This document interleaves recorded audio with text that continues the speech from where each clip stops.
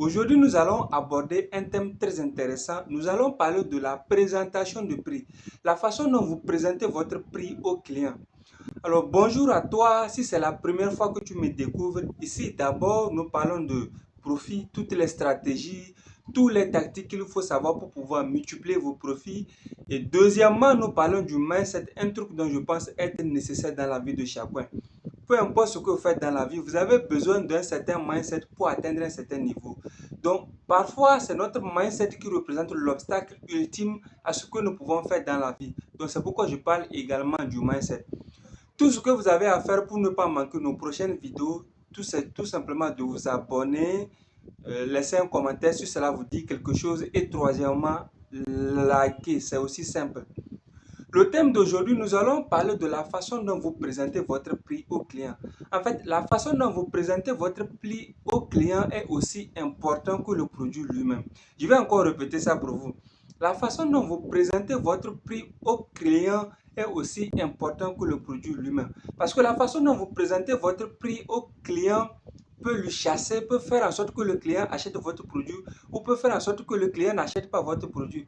Ce qui veut dire indirectement que la façon dont vous présentez votre prix au client peut augmenter les ventes. Parce que si vous présentez vos prix aux clients d'une mauvaise manière, les clients ne vont pas acheter. Parce qu'il y a des clients qui sont vraiment, qui veulent être bien traités, que cela peut les chasser. Même la façon dont vous présentez votre prix, même que ce soit dans un supermarché, la façon dont vous écrivez les prix, la façon dont vous étiquetez les prix, la façon dont vous affichez les prix ont toujours un impact sur les ventes. Je vais prendre un exemple pour vous expliquer ce concept. Supposons que vous allez pour aller acheter un portable et que vous arrivez dans une boutique, il y a trois vendeurs. Chez le premier vendeur vous explique le concept, il vous explique les avantages, les bienfaits, tout ce que le portable peut faire. Et à la fin, il vous donne juste le prix. C'est à prendre ou à laisser. Vous allez chez le deuxième vendeur vous présente le prix du portable, les avantages, plutôt il vous présente d'abord les avantages, tout ce que vous avez à tirer, la valeur du produit, il vous présente tout, et à la fin, il vous dit, ce prix a été conçu spécialement pour vous, juste pour vous, et il vous donne le prix. Vous allez chez le troisième vendeur vous présente le prix, plutôt il vous explique le concept, les avantages, les caractéristiques, bien que ce n'est pas nécessaire les caractéristiques.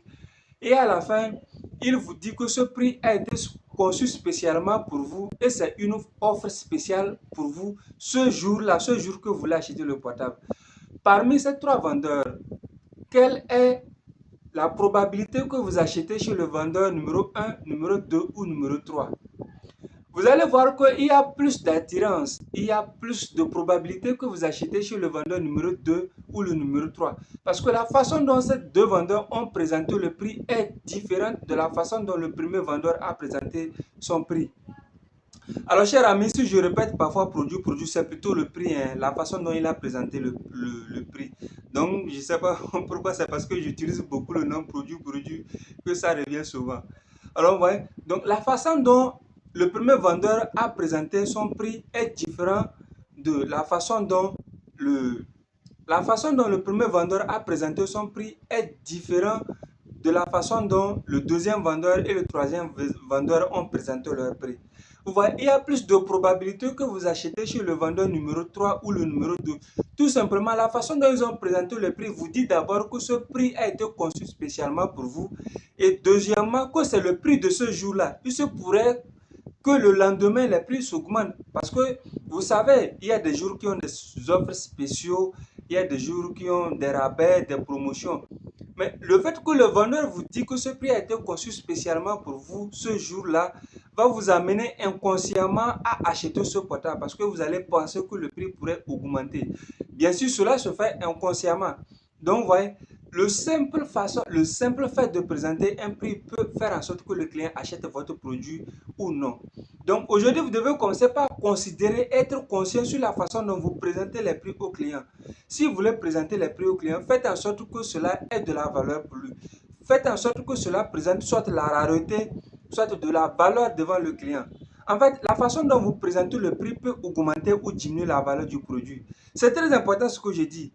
C'est l'exemple que je viens de prendre pour vous expliquer. Donc, la façon dont vous allez présenter le produit peut faire en sorte que le client ressent encore une valeur perçue augmentée sur la valeur du produit même, parce que vous avez juste présenté le prix de telle manière que le client ne voit que seulement l'urgence pour acheter votre produit.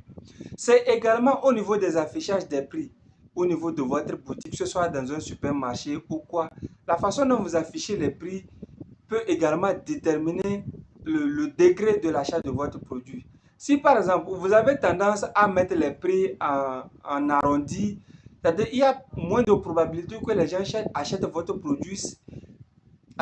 produit. Mais si vous mettez votre produit en chiffres, par exemple avec les virgules, cela donne l'impression au client que le produit, vous avez calculé avec beaucoup de précision, parfois avec des machines pour pouvoir déterminer. En fait, cela montre au client que c'est le bon prix. C'est également au niveau des gens qui vendent des formations ou des services. Si vous voulez présentez votre prix en termes d'investissement. Si par exemple quelqu'un va acheter votre formation et vous lui dites que la formation représente un bon investissement, déjà le fait de dire que la formation ou bien l'achat d'un livre représente un bon investissement dit à la personne que c'est quelque chose à long terme. Et le fait de dépenser l'argent, ce n'est pas quelque chose qu'il est en train de perdre, c'est quelque chose, c'est dans un investissement. Parce que déjà l'investissement, on sous-entend mettre l'argent quelque part et récolter les fruits après, ou bien récolter de l'argent, un surplus après. Donc vous voyez, déjà quand vous utilisez investissement, le mot investissement pour la vente de vos formations ou de vos services, cela peut amener les gens à acheter votre produit. Alors, c'est quoi ce concept de cette vidéo? C'est pour vous dire que faites attention à la façon dont vous présentez vos prix. Si vous ne présentez pas vos prix d'une façon intéressante, qui puisse augmenter la valeur perçue devant le client, sachez qu'il y a des clients qui savent bien que votre produit a de la valeur, mais la façon dont vous avez présenté le prix peut chasser le client. Et c'est l'exemple du vendeur numéro 1. Si quelqu'un vous présente votre produit comme si c'est à prendre ou à laisser, je suis sûr qu'il n'y a pas d'attirance. La plupart des gens ne vont pas acheter un produit chez un vendeur qui présente le prix à prendre ou à laisser. Voyez? Donc parfois, il faut savoir amadouer le client.